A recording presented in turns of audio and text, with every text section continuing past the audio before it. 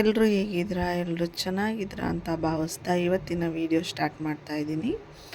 ಯಾರೆಲ್ಲ ಮದುವೆ ಎಸ್ಗೌಡ ಯೂಟ್ಯೂಬ್ ಚಾನಲ್ನ ನೋಡ್ತಾ ಇದ್ದೀರಾ, ಸಬ್ಸ್ಕ್ರೈಬ್ ಮಾಡ್ಕೊಳ್ಳಿ, ಲೈಕ್ ಆ್ಯಂಡ್ ಶೇರ್ ಮಾಡಿ ಅಂತ ಹೇಳ್ತಾ, ಇವತ್ತಿನ ಮನೆ ಓಪನ್ ಇತ್ತು ಇವತ್ತು.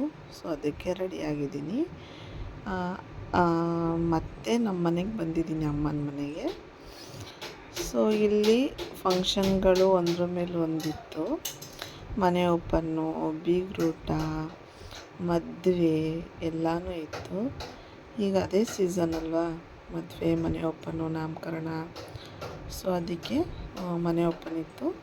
ಇಲ್ಲಿ ನಮ್ಮ ಮನೆ ಪಕ್ಕದಲ್ಲಿ ಮನೆ ಓಪನ್ ಮುಗಿಸ್ಕೊಂಡು ಮನೆಗೆ ಬಂದ್ವಿ, ಊಟ ಎಲ್ಲ ಮಾಡಿಕೊಂಡು. ಸೊ ಅವೆಲ್ಲ ಸಣ್ಣ ಸಣ್ಣದು ಕ್ಲಿಪ್ಪಿಂಗ್ ತೊಗೊಂಡಿದ್ದೀನಿ ಅಷ್ಟೇ, ಅದನ್ನೇ ಆ್ಯಡ್ ಮಾಡಿದ್ದೀನಿ ಪೂರ್ತಿ ವೀಡಿಯೋದಲ್ಲಿ. ಮದುವೆ, ಮನೆ ಓಪನ್ನು, ನಾಮಕರಣ, ಅದು ಇದು ಇನ್ಮೇಲೆ. ಸೊ ಈ ವಿಡಿಯೋ ನಿಮಗೆ ಬೋರ್ ಆಗಲ್ಲ ಅನಿಸತ್ತೆ, ನೋಡ್ಕೊಂಬನ್ನಿ. ಇವತ್ತೊಂದು ಫಂಕ್ಷನಿಗೆ ಹೋಗ್ತಾ ಇದ್ದೀವಿ ಗೈಸ್. ಕರ್ನಾರೆ ಇವತ್ತು ಡೈಲಿ ಫಂಕ್ಷನು, ಡೈಲಿ ಒಂದೊಂದು ಫಂಕ್ಷನ್. ಈ ಬೇಸಿಗೆ ರಜಾ ಬಂದರೆ ಒಳ್ಳೊಳ್ಳೆ ಮದುವೆ, ಒಳ್ಳೆ ಮನೆ ಓಪನ್ನು. ಇನ್ನು ಬಸವ ಜಯಂತಿ ತುಂಬ ಇದ್ದಾವೆ, ನೋಡೋಣ. ಎಲ್ಲ ಮದುವೆ ಬ್ಲಾಗ್ಗಳು ಇದರಲ್ಲೇ ಬರುತ್ತೆ, ನೋಡ್ಕೊಳ್ಳಿ. ಅಲ್ಲ, ಆಂಟಿಗೆ ಕಾಯ್ತಾ ಇದ್ದೀನಿ, ಅವ್ರು ಇನ್ನೂ ಬಂದಿಲ್ಲ. 1:15 ಆಯಿತು. ಈ ಬಿಸಿಲಲ್ಲಿ ಅಲ್ಲಿ ಲಾಸ್ಟ್ ತನಕ ಹೋಗ್ಬೇಕು. ಏನು ಸಾಬ್ರ ಥರ ಕಾಣಿಸ್ತೀನಿ, ಸುಮ್ಮನೆ ಸಾಬ್ರು ಘೋಷ ಹಾಕ್ಕೊಂಡು ಗೌಡ್ರ ಮನೆ ಊಟಕ್ಕೆ ಹೋಗ್ತಾ ಇದ್ದಾರೆ. ಇವ್ರದ್ದು ಬೀಗ್ರೂಟ ಇತ್ತು. ಸೊ ಮದುವೆ ಬೆಂಗಳೂರಲ್ಲಾಗಿತ್ತು, ಇಲ್ಲಿ ಬೀಗ್ರೂಟ ಇತ್ತು. ಅದಕ್ಕೆ ಹಾಗೆ ರಿಸೆಪ್ಷನ್ ಥರ ನಿಲ್ಲಿಸಿದ್ರು. ಸೊ ನಾವು ಗಿಫ್ಟ್ ಕೊಟ್ಟು ಊಟ ಮಾಡಿಕೊಂಡು ಬಂದು ಊಟ ಮಾಡಿಕೊಂಡು, ಅದನ್ನೇ ನಾನು ಮತ್ತು ಆಂಟಿ ಮಾತಾಡ್ಕೊಂಡು ಬರ್ತಾಯಿದ್ವಿ. ಒಳ್ಳೆ ಊಟ ಮಾಡಿಕೊಂಡು ತಾಂಬೂಲ ಇಸ್ಕೊಂಬರ್ತಾಯಿದ್ದೀವಿ ಅಂತ. ಚೆನ್ನಾಗಿ ಮಾಡಿಸಿದ್ರು ಅಡುಗೆ ಎಲ್ಲ. ನಾವು ಚಿಕ್ಕವರಿದ್ದಾಗ ಹೆಂಗೆ ಅಂದರೆ ಇಲ್ಲೆಲ್ಲ ಬರ್ತಿದ್ವಿ, ಇಲ್ಲೆಲ್ಲ ಮನೆಗಳಿರಲಿಲ್ಲ. ಈಗ ಇಲ್ಲೆಲ್ಲ ಮನೆ ಕಟ್ತಿದ್ದಾರೆ, ಜಮೀನೆಲ್ಲ ತೊಗೊಂಡು. ಸೊ ಇದೆಲ್ಲ ಖಾಲಿ ಖಾಲಿ ಇತ್ತು ಆಗ. ಈ ಕಡೆ ಈ ಚಾನಲ್ ಇದೆಯಲ್ಲ, ಇಲ್ಲಿ ಅವಾಗ ನಾವು ಚಿಕ್ಕವರಿದ್ದಾಗ ಸ್ನಾನ ಮಾಡೋಕ್ಕೆ, ಮೀನು, ಚಿಕ್ಕ ಚಿಕ್ಕ ಮೀನುಗಳು ಹಿಡಿಯೋಕ್ಕೆ, ಏಡಿ ಅವೆಲ್ಲ ಹಿಡಿಯೋಕ್ಕೆ ಇಲ್ಲಿ ಬರ್ತಿದ್ವಿ. ಇದು ನಮ್ಮ ತೋಟ, ಅಂದರೆ ನಮ್ಮ ಸೈಟ್ ಇದು. ಸೊ ಎಷ್ಟು ಗಲೀಜಾಗಿದೆ ಅಂತ ತೋರಿಸ್ತಾ ಇದ್ದೀನಿ ನೋಡ್ರಿ. ನಮ್ಮದು ಇಲ್ಲಿ ಬರಲ್ಲ ಈಗ, ನಾವು ಅಷ್ಟಕ್ಕಷ್ಟೇ ಕಾಯಿ ಕಿತ್ಕೊಂಡು ಹೋದರೆ ಮುಗೀತು. ಹಲಸಿನ ಹಣ್ಣು ಎಲ್ಲ ಇದೆ, ಆದರೆ ನಾವು ಮಾತ್ರ ಕಿತ್ಕೊಂಡು ಹೋಗಲ್ಲ. ಅಲ್ಲಿಂದ ಊಟ ಎಲ್ಲ ಮಾಡ್ಕೊಂಡು ಬಂದೆ. ಎಷ್ಟು ಸೆಕೆ ಅಂದರೆ, ಊಟ ಅಂತೂ ಚೆನ್ನಾಗಿತ್ತು, ತಿಂದಿದ್ದಕ್ಕೂ ಸೆಕೆ ಅಂದರೆ ಸೆಕೆ. ಸೊ ಇದು ಬಸವ ಜಯಂತಿ ಹಿಂದಿನ ದಿನ ನನ್ನ ಜೊತೆ ಆಂಟಿ ಇದಲ್ಲ, ಅವ್ರ ತಂಗಿದು ಬಳೆ ಶಾಸ್ತ್ರ ಮದುವೆ ಇತ್ತು. ಸೊ ನಾನು ಆ ಮದುವೆಗೆ ಹೋಗಲಿಲ್ಲ. ಬಳೆ ಎಲ್ಲ ತೊಡಸ್ಕೊಂಡು ಮನೆಗೆ ಬಂದೆ. ಸೊ ಮಾರನೇ ದಿನ ನಮ್ಮ ಅತ್ತೆ ಮಗಂದು, ಅಂದರೆ ಅತ್ತೆ ಆಗಬೇಕು, ಅವ್ರ ಮಗನ ಶಿವಮೊಗ್ಗ ಆದಿಚುಂಚನಗಿರಿ ಚೌಟ್ರಿಯಲ್ಲಿ ಮದುವೆ ಇತ್ತು. ರಿಸೆಪ್ಷನಿಗೆ ನೈಟ್ ಹೋಗೋಕ್ಕಾಗಲಿಲ್ಲ, ಪಾಪ ಬಿಟ್ಟು ಹೋಗ್ಬೇಕಿತ್ತಲ್ವ. ಅದಕ್ಕೆ ಅಮ್ಮನಿಗೂ ಕಾಲು ನೋವು, ಅದಕ್ಕೆ ನನಗೆ ಹೋಗು ಅಂತ ಅಂದರು. ಅದಕ್ಕೆ ನಾನು ನನ್ನ ಫ್ರೆಂಡ್ ಹತ್ರ ಸ್ಟ್ರೈಟ್ನಿಂಗ್ ಮಿಷಿನ್ ಇಸ್ಕೊಂಡ್ಬಂದಿದ್ದೆ. ಕೂದಲು ಫುಲ್ಲು ಕರ್ಲಾಗಿತ್ತಲ್ವ, ಹಂಗೆ ಹೋದರೆ ಏನು ಚೆನ್ನಾಗಿ ಕಾಣಲ್ಲ.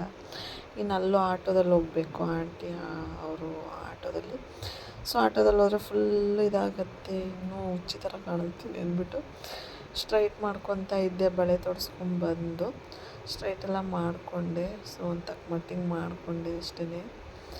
ಅದು ಮಾಡ್ಕೊಳ್ಳೋಷ್ಟೊತ್ತಿಗೆ ಫುಲ್ಲು ಸೆಕೆ ಆ ಹೀಟಿಗೆ. ಸೊ ಸ್ಟ್ರೈಟ್ ಮಾಡಿಕೊಂಡೆ, ಹಿಂಗೆ ಕಾಣ್ತಿದೆ ಅಂತ ಹೇಳಿ. ಸೊ ಇದು ನನ್ನ ರಿಸೆಪ್ಷನ್ ಸ್ಯಾರಿ, ನನ್ನ ಮದುವೆ ರಿಸೆಪ್ಷನ್ ಸ್ಯಾರಿ ಉಟ್ಕೊಂಡು ಹೋಗ್ತಾಯಿದ್ದೀನಿ.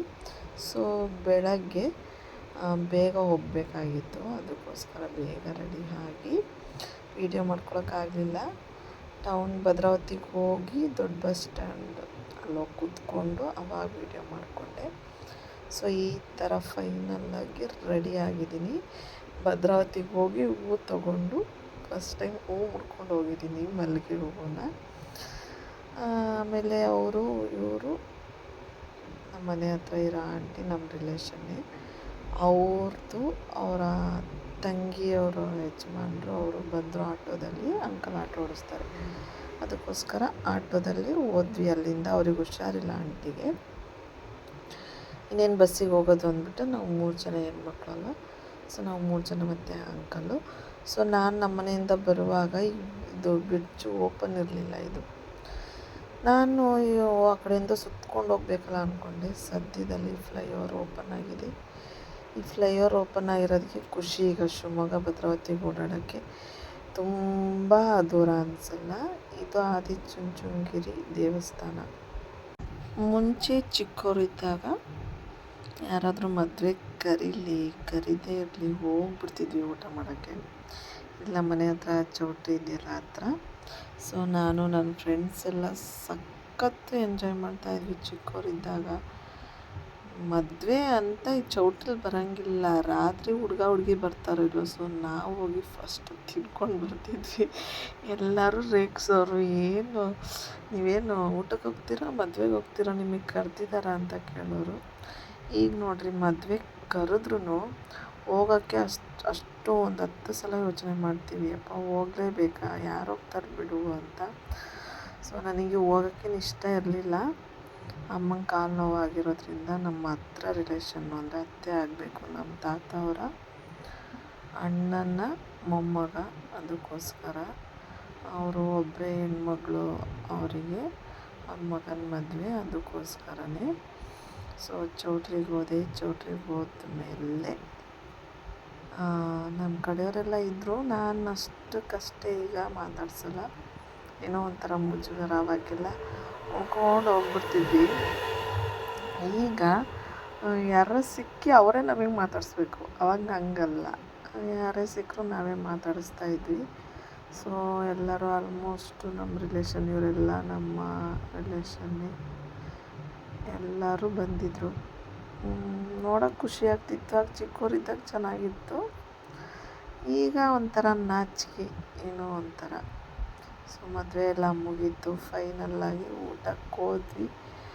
ಊಟ ಮಾಡಿಕೊಂಡು ಚೌಟ್ರಿಯಿಂದ ಹೊರಗಡೆ ಕೊನೆಗೂ ಬಂದೆ. ಒಳಗಡೆ ಚೌಟ್ರಿಲಿ AC ಇರೋದ್ರಿಂದ ತಣ್ಣಗಿತ್ತು. ಹೊರಗೆ ಬಂದಮೇಲೆ ಗೊತ್ತಾಯಿತು ಸೆಕೆ ಅಂದರೆ ಸೆಕೆ.